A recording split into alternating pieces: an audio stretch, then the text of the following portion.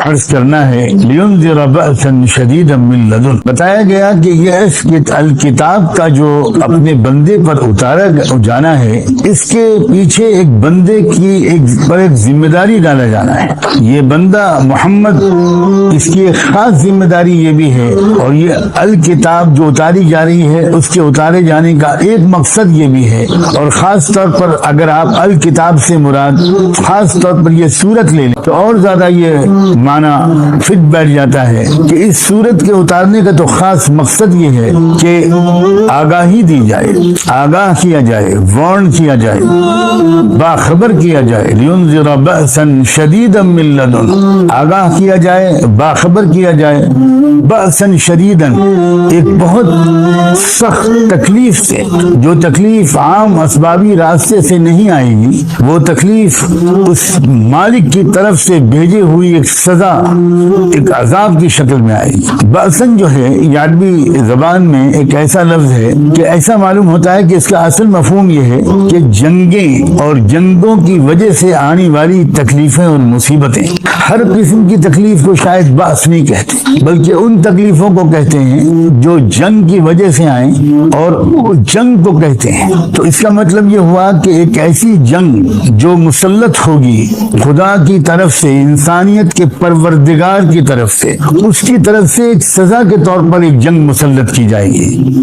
میرے الفاظ پر غور کرتے رہیے گا. من لدن ہو، کچھ چیزیں ایسی ہوتی ہیں کہ جن کے بارے میں بالکل یہ انسان کو یہ ماننا پڑتا ہے کہ بھئی یہ صرف انسانوں کی پلاننگ نہیں ہے، یہ انسانوں کے پروردگار کا ایک زبردست منصوبہ اور پلان ہے، اور اس کے تکوینی نظام اور تکوینی فیصلے کے طور پر یہ چیز وجود میں آئی ہے. ایک علم ہے جو انسان کو ملتا ہے کسی دوسرے ذریعے اور وسیلے سے، کتابوں کے مطالعے سے ملتا ہے، کسی استاد کے سامنے زانو شاگردی طے کرنے سے ملتا ہے، جو عام سورسز ہیں نالج کے، ان کے ذریعے وہ نالج یا علم ملتا ہے. اور ایک علم وہ ہے جو انسان کو کسی ظاہری سبب کے ذریعے نہیں بلکہ رب کی طرف سے براہ راست ملتا ہے. تو وہ جنگ جو جس کے بارے میں آگاہ کرنا ہے اس سورت کو کہ یہ سورت خاص طور پر اتاری گئی ہے اس لیے کہ وہ آگاہ کرے کہ بہت زبردست جنگ اور اس کے نتیجے میں آنے والی تکلیفیں مسلط کی جائیں گی.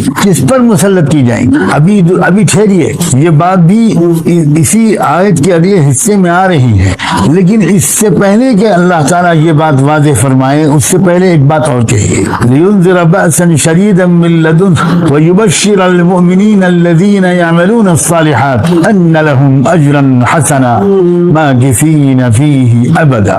یہ بتانے سے پہلے کہ اس جنگ کا خاص اور خاص میدان کہاں سے گرم ہوگا، کون سے قومیں ہوں گی جن پر یہ عذاب جنگ کی شکل میں مسلط ہوگا، یہ بتانے سے پہلے اللہ تعالیٰ نے یہ فرمایا وَيُبَشِّرَ الْمُؤْمِنِينَ. اور اس صورت کا ایک مقصد یہ بھی ہے، اور اس بندے کی ایک ذمہ داری یہ بھی ہے، اس رسول کی ایک ذمہ داری یہ بھی ہے کہ وہ ان لوگوں کو جن کے پاس دو چیزیں ہیں، المؤمنین جن کے پاس ایمان اور یقین ہے، اور الذین یعملون الصالحات دوسری چیز یہ ہے کہ ان کو عمل صالح نصیب. ان کو یہ خوشخبری سنانی ہے کہ تم کو اس دھمکی اور اس وارننگ سے پریشان ہونے کی بالکل ضرورت. تم کو تو بہترین انعام ملے گا، اجرن حسنا، بہت حسین خوبصورت حسن والا انعام ملے گا جس میں تم ہمیشہ ہمیشہ کے لیے رہو. وقتی طور پر نہیں ملے گا، ماکثین فیہ ابدا،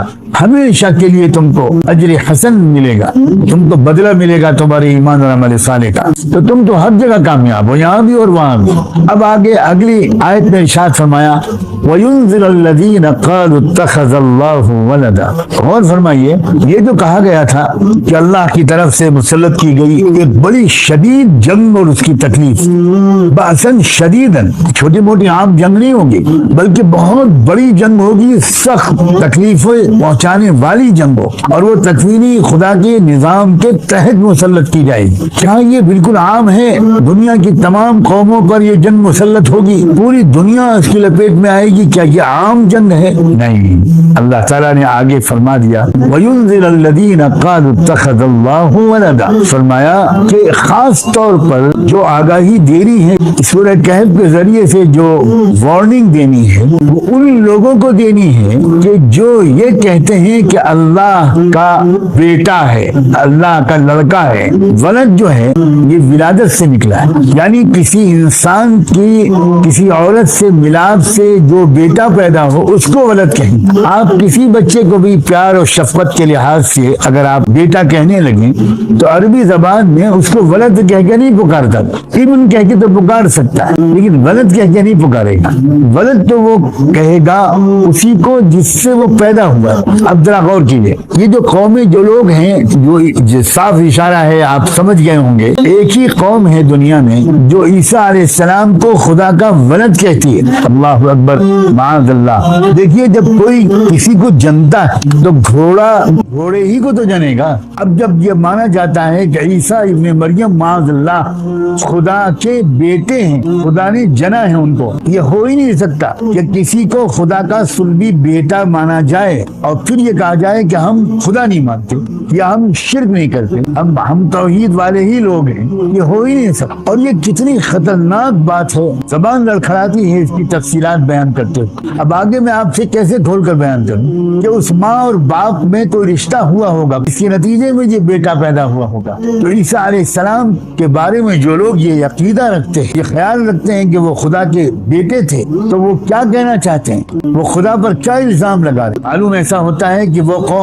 قومیں اور وہ خطے جو ان لوگوں کی آبادیوں پر مشتمل ہیں زیادہ تر, جو عیسیٰ علیہ السلام کو خدا کا بیٹا مانتے ہیں, صاف نظر آتی یہ صورت ان کو خاص طور پر آگاہ کر رہی ہے کہ اگر تم نہیں باز آئے اپنے اس عقیدے سے تو ایک مدت تک انتظار اور مہلت دینے کے بعد پھر ایک بہت خطرناک جنگیں تم پر مسلط کر کے تمہارے وجود سے زمین کو پاک کیا جائے گا. ہمارے بعض علماء نے یہ اشارہ کیا ہے کہ سورہ کہف جو دجال کی فتنے سے بچانے کی خاص تاثیر رکھتی ہے.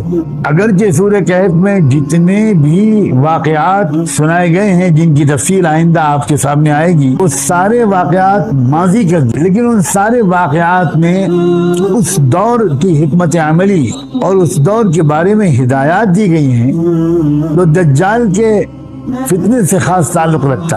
اسی سے معلوم ہوا کہ سورہ کہف میں جو ہدایات ہیں ان پر عمل مستقبل میں کرنے کی ضرورت زیادہ پیش آئی اور ہم اس دور تک پہنچ گئے, ہم اس دور میں داخل ہو چکے ہیں. تو بعض علماء نے اشارہ کیا ہے کہ خدا کو بیٹا بنانے والی جو قومیں جہاں جہاں زیادہ آباد ہیں وہاں اصل میں ایسا معلوم ہوتا ہے کہ ان جنگوں کا اصل نشانہ وہ خطے اور وہ علاقے ہوں, وہ ممالک اور وہ بر اعظم ہوں. مجھے تو ایسا محسوس ہوتا ہے کہ شاید بالکل ٹھیک وقت میں ہم آج یہ مذاکرہ کر رہے ہیں. تو جس دور میں ہم اس وقت یہ مذاکرہ کر رہے ہیں اسی دور میں آنے والی ہے وہ بھیانک جنگ. ہو سکتا ہے وہی جنگ وہ ہو جس کو احادیث میں الملحمۃ الکبریٰ کہا گیا, بہت بڑی جنگ, شاید انسانی تاریخ کی وہ سب سے بھیانک جنگ ہو اور اس کا خاص نشانہ وہی خطے ہوں گے عیسیٰ علیہ السلام کو خدا کا بیٹا ماننے والے قومیں رہتی. کاش کہ ہمارے یہ کرسچن بھائی کاش کہ اس پر ذرا سنجیدگی سے غور کریں, کتنا غلط عقیدہ ہے جو عیسیٰ علیہ السلام کی طرف اپنے کو منسوب کرنے والی قوم نے عیسیٰ علیہ السلام کی بتائی ہوئی باتوں کو تو چھوڑ کر پال کی باتوں کو قبول کر لیا اور بالکل غلط 100% غلط راستے پر پڑ گئے. کاش کہ وہ غور کریں سورہ کہف پر, کاش کہ وہ اس بارے میں ذرا سوچیں. اتنے ڈسٹورشنز ہوئے ہیں انجیل میں, اتنی تحریف ہو گئی ہے, اصل انجیل تو ہے ہی نہیں, بہت بگاڑ آ گیا. مگر اتنے بگاڑ کے باوجود کسی بھی بائبل کے کسی بھی لائن میں تو یہ لکھا ہوا دکھا دے کہ عیسیٰ علیہ السلام نے, جیسس کرائسٹ نے یہ کہا ہو کہ آئی ایم یور گاڈ, یہ کہا ہو کہ ورشپ می, میری عبادت کرو. اتنے بگاڑ کے باوجود ایسی کوئی جملہ بائبل میں ڈھونڈ کے نہیں نکالا جا سکتا. اب اگر کہیں اللہ نے پچھلے صحیفوں میں اپنی محبت و شفقت کا اظہار کرنے کے لیے عیسیٰ علیہ السلام کو بیٹا کہہ دیا، موسیٰ علیہ السلام کو بیٹا کہہ دیا، تو یہ انہی کو تو نہیں کہا ہے، انہی کتابوں میں نیک لوگوں کو بیٹا کہا گیا ہے، لیکن عیسیٰ علیہ السلام کو پاول نے جس قسم کا بیٹا بنا کر پیش کیا ہے وہ محبت والا بیٹا نہیں ہے، وہ باقاعدہ ایک باپ سے جس طرح اس کا بیٹا جنم لیتا ہے اس کی ماں کے واسطے سے اس طرح کا بیٹا قرار دیا گیا ہے عیسیٰ علیہ السلام، معاذ اللہ۔ اور اسی لیے اللہ تعالیٰ نے فرمایا کبرت کلمۃ تخرج من افواہہم، بہت بڑی بات ہے جو ان لوگوں کے منہ سے نکل رہی، ان یقولون الا کذبا ما لهم به من علم ولا لآبائهم کبرت کلمۃ تخرج من افواہہم۔ کتنی بڑی بات اللہ تعالیٰ نے فرمائی، کتنا بڑا چیلنج ہے۔ کہا کہ جو لوگ یہ عیسیٰ کو خدا کا بیٹا کہہ رہے ہیں ان کے پاس اس کی کوئی دلیل نہیں، قطعاً ان کے پاس کوئی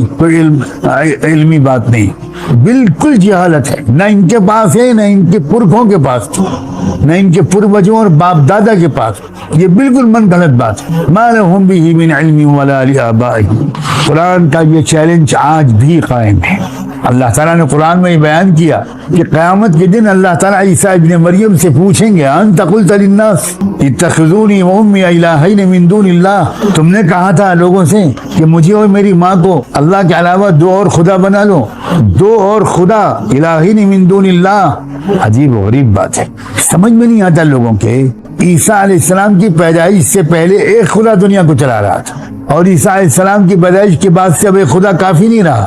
کیسی بات ہے جو لوگ پڑھے لکھے لوگ مان رہے ہیں، اور واقعی اللہ تعالیٰ کی برداشت ہے کہ اس کو اتنے دنوں تک اللہ نے برداشت کیا۔ اور یہی بات اس سورت میں آ رہی ہے کہ برداشت کی ایک حد مقرر ہے، ایک وقت مقرر ہے جس وقت کے اس عقیدے کو ماننے والوں کو سخت سزا ملے گی، اور وہ سزا ایک بڑی بھیانک جنگ کی شکل میں مسلط ہوگی، بڑی بھیانک جنگوں کی شکل میں مسلط ہوگی۔ آج جو حالات ہیں اب تو سامنے نظر آ رہا ہے کہ آج جنگ چھڑی اور کل جنگ چھڑی۔ آپ سے گزارش ہے کہ آپ چینل کو سبسکرائب کریں تاکہ اس سیریز کے آگے کی ویڈیو آپ مس نہ کریں۔ اس ویڈیو کو لائک کریں اور شیئر کرنا نہ بھولیں۔ السلام علیکم ورحمۃ اللہ وبرکاتہ۔